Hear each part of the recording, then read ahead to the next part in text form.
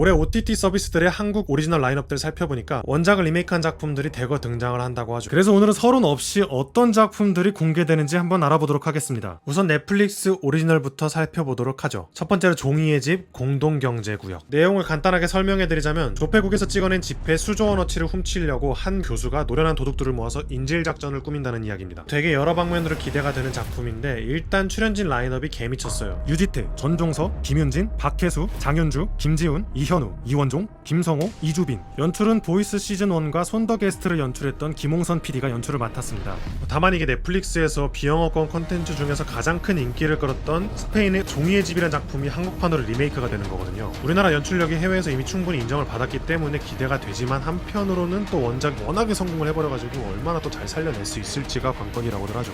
작품에 대한 자세한 내용은 작품이 공개되고 나서 리뷰로 다시 한번 돌아와서 얘기해보는 걸로 할게요. 두 번째로 수리남. 남미에 위치한 국가인 수리남을 장악한 마야강을 검거하기 위해서 국정원이 비밀작전을 펼치는데 여기에 협조할 수밖에 없는 상황에 놓인 한 민간인 사업가의 이야기를 다룹니다. 실제로 한국인 마야광 조봉행의 실화를 바탕으로 만들어졌다고 해요. 수리남의 연출은 영화 범죄와의 전쟁, 군도, 공작 등을 연출한 윤종빈 감독이 했다고 합니다. 윤종빈 감독과는 용서받지 못한 자에서부터 여러 작품을 함께 해왔던 하정우 배우가 민간인 사업가 역할을 했고요. 영화 공작에서 북한에 잠입한 스파이 흑금성을 연기했던 황정민 배우가 이번에는 마야광 역할을 맡았다고 합니다. 그리고 국정원 팀장 역할로는 우리의 박혜수 배우, 조선족 역할로 조우진 배우, 마약 조직의 브레인으로 유연석 배우까지 등장을 한다고 합니다. 그러고 보니까 유연석 배우가 악역을 했던 영화는 대부분 성공을 했던 것 같아요. 이번에도 악역으로 나오는 거 보니까 기대해볼 만하죠. 근데 또 꼭 그게 아니더라도 저 다섯 배우의 조합 그것만 봐도 기대가 돼요. 코로나 때문에 해외 로케이션이 힘들어가지고 한국 세트장에서 대부분 촬영을 했고요. 도미니카 공화국 현지 로케이션에서 2달 정도 촬영을 했다고 합니다. 아무래도 해외 로케다 보니까 제작비 얘기도 안 하고 갈 수가 없겠죠. 류승환 감독의 영화 베를린과 모가디슈랑 비교해봤을 때 베를린이 제작비가 100억 원 이상이었고요. 모가디슈가 240억 원 정도의 제작비로 제작이 되었다고 해요. 근데 수리남은 이번에 제작비만 350억 원 정도가 투입되었다고 합니다. 원래는 영화로 개봉하려고 했다고 하는데 영화 한 편 분량에 350억 원의 제작비가 투입된 거 보면은 과연 어느 정도의 스케일로 뽑힐지 기대가 되죠. 물론 이게 제작비가 많이 들어갔다고 해서 잘 나오는 거는 또 아니기는 해요. 그래도 뭐 기대 정도는 괜찮지 않은가. 네.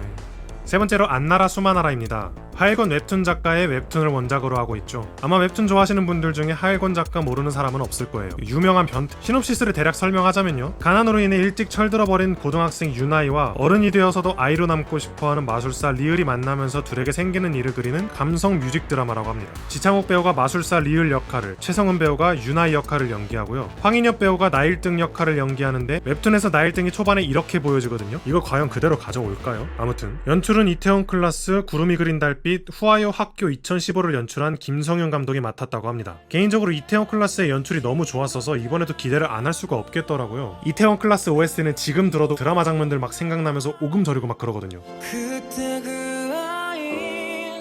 아마 그거 보면은 안나라 수마나라에서도 배경음악들과 잘 어우러진 작품을 어떻게 그려냈을지 보는 게 또 하나의 감상 포인트가 되지 않을까 싶어요.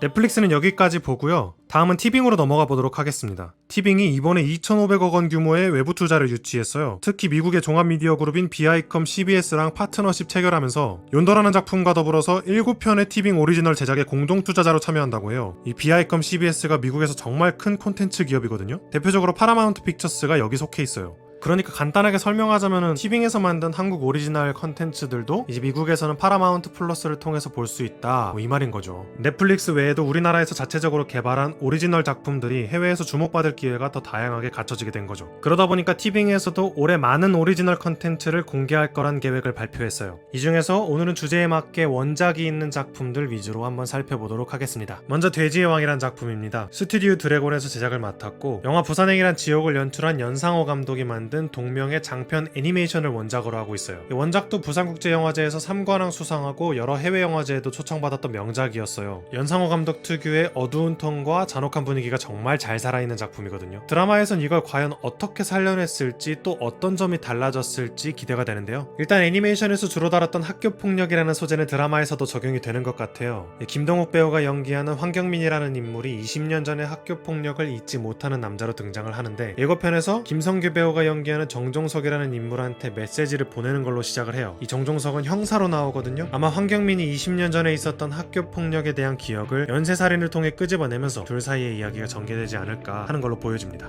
이 돼지의 왕이란 제목에서 나오는 돼지라는 단어는 원작 애니메이션에서 학교 폭력에 가담하거나 방관한 친구들을 포괄하는 단어로 쓰였어요. 그러면서 돼지의 왕은 힘으로써 그들 위에 군림하는 괴물 같은 존재라고 정의를 해요. 과연 드라마에서는 이 제목에 담겨있던 의미가 어떻게 달라질지 지켜보는 게 또 하나의 감상 포인트가 될 것 같습니다. 자, 두 번째로 방과후 전쟁활동입니다. 이번에도 하일권 작가의 웹툰을 원작으로 한 작품인데요. 솔직히 일본형 작품들이 하나같이 다 명작이긴 하거든요. 그러면 혹시 슈퍼맨도 자, 방과후 전쟁 활동은요, 어느 날 전 세계에 미확인 물체가 등장을 하는데 이게 사람들한테 굉장히 큰 피해를 입혀요. 우리나라도 난리가 나는데 이걸 퇴치하기 위해서 군대에서 수능 앞둔 고3 수험생들을 징집하기 시작하죠. 대학교 갈 때 가산점 준다고 꼬드기면서 말이에요. 그리고 학생들은 그 말을 듣고 펜 대신에 총을 들고 이 물체들과 싸우기 시작합니다. 출연하는 배우진도 여러 작품에서 경력들을 쌓아온 다양한 배우들이 대거 참여하는데 아마 지금 우리 학교는처럼 많은 스타 신인 배우들이 탄생하지 않을까 하기도 합니다.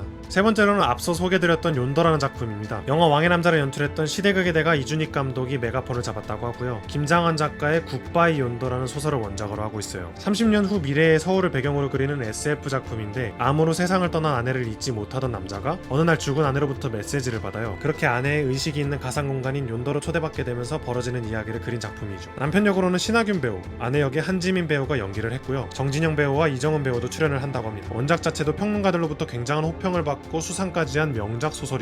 이준익 감독이 시대극이 아닌 SF 장르를 연출한다는 점에서만 봐도 주목할 만한 것 같습니다.